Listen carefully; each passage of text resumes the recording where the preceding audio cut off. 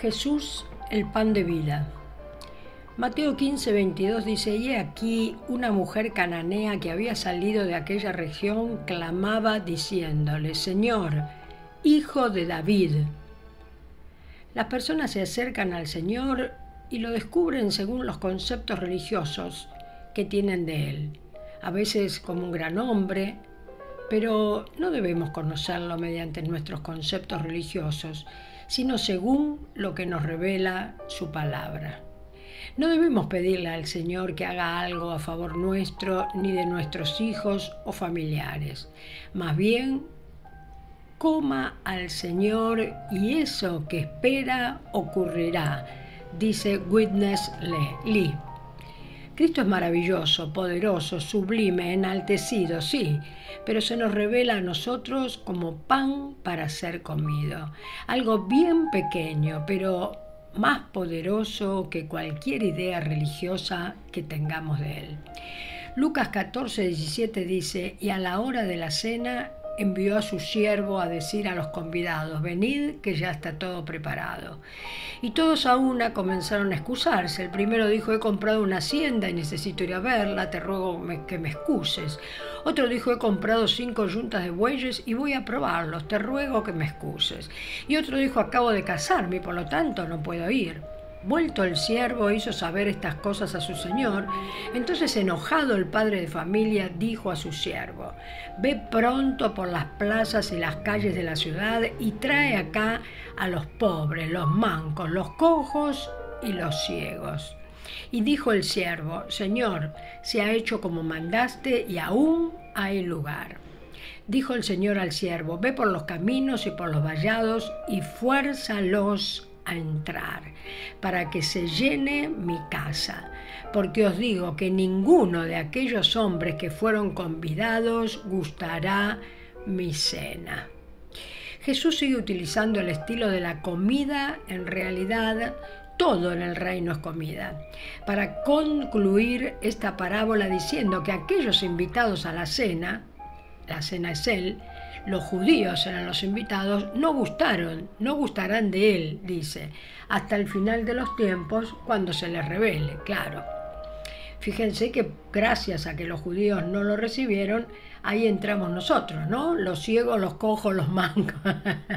Claro que sí, al no entrar los judíos, entramos nosotros. Muy bien.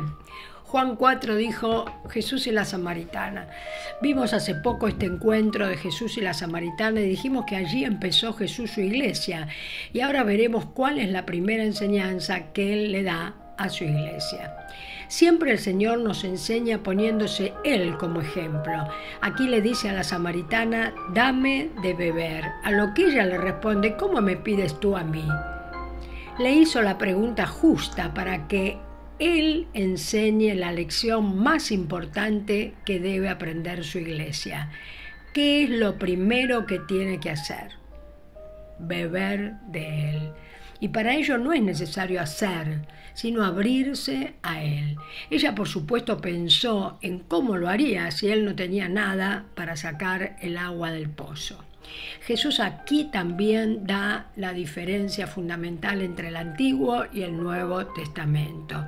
Su iglesia. En el Antiguo Testamento todo era hacer para Dios, sobre todo a partir de la ley mosaica. Pero Jesús inaugura un nuevo modelo para su iglesia: no hacer y sí comer. Aunque este modelo fue el del principio. Génesis 2:16-17 dice: y mandó Jehová Dios al hombre, diciendo: de todo árbol del huerto podrás comer, mas del árbol de la ciencia del bien y del mal no comerás, porque el día que de él comieres, morirás. ¿Quién es el árbol de la vida? Jesús. Y el árbol del conocimiento del bien y del mal, Satanás, ¿verdad?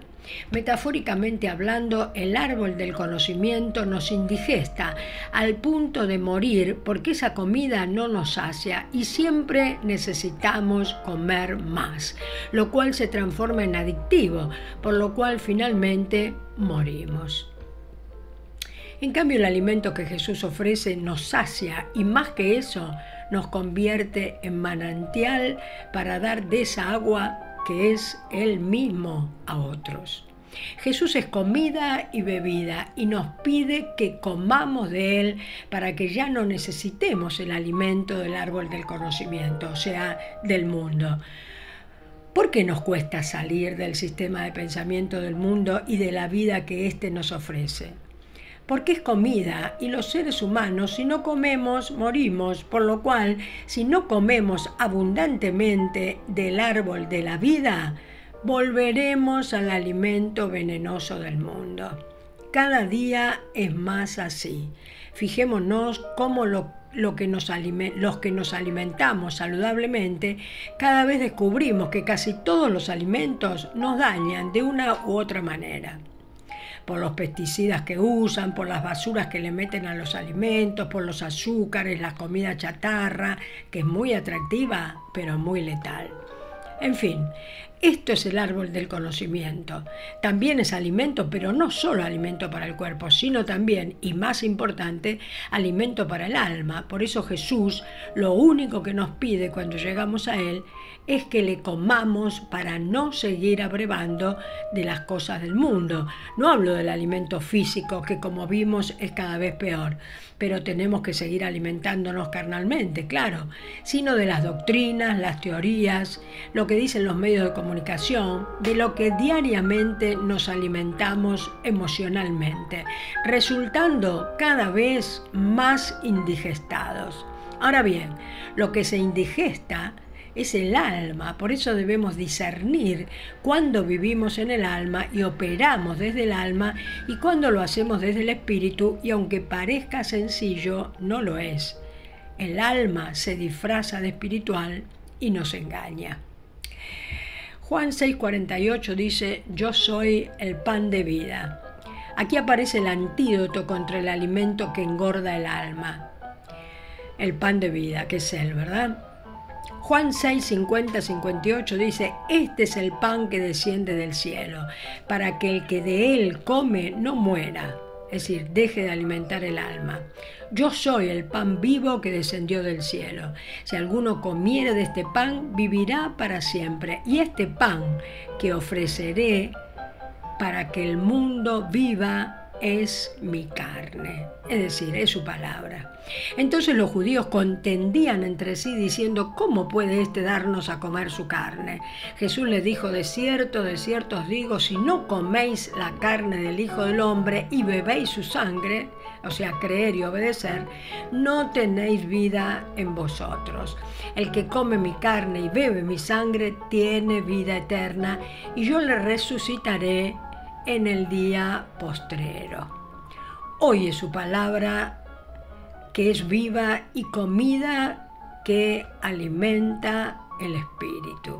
O sea, hoy su palabra es viva y comida que alimenta el espíritu.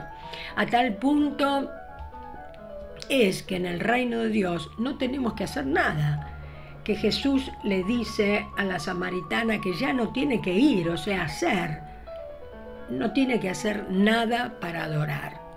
Juan 4:23 dice: mas la hora viene, y ahora es cuando los verdaderos adoradores, y él le dice a la samaritana, adorarán al Padre en espíritu y en verdad, porque también el Padre tales adoradores busca que le adoren.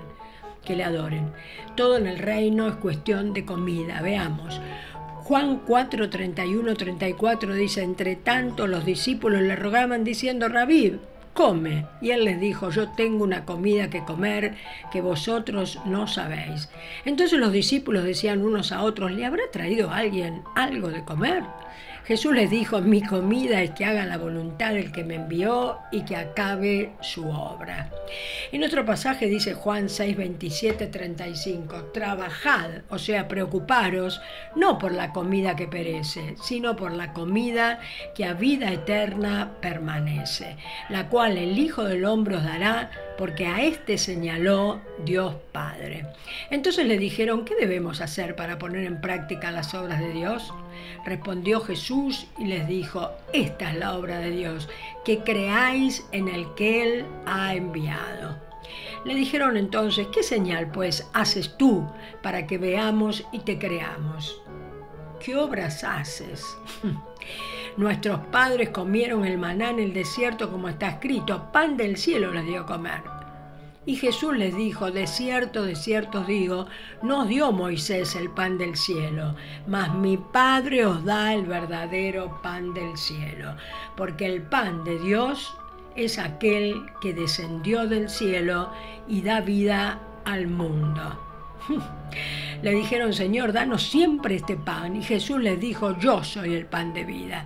El que a mí viene nunca tendrá hambre, y el que en mí cree no tendrá sed jamás. ¡Qué fuerte! Romanos 14, 17 dice, porque el reino de Dios no es comida ni bebida, sino justicia, paz y gozo en el Espíritu Santo. ¿Quién puede darnos esto, hermano? La comida y la mesa llegan al ambiente cultural para simbolizar la relación de la divinidad con su pueblo. La comunión de Dios con sus fieles se representa con la comida delante del Señor. Todas las fiestas religiosas judías incluían la comida como ritual a Dios. Pero Pablo, en Romanos 14, habla sobre la libertad cristiana, la unidad de la Iglesia y la ley superior del amor que trasciende prácticas alimenticias y rituales. Jesús continúa con este tipo de vocabulario para representar el pasaje de lo que fue figura suya, los corderos inmolados en los banquetes religiosos, por la verdadera comida que es Él. Por eso habla de comerlo a Él. La vida de reino, por tanto, debe convertirse en una celebración continua de esta nuestra Pascua, donde comemos al verdadero Cordero, Cristo, su palabra, y saltamos con gozo a vida nueva, es decir, a la resurrección por medio de su vida, que hoy, si fuimos a Él en arrepentimiento, vive en nosotros. ¿Qué te parece? ¿Quieres este pan de vida? Yo sí.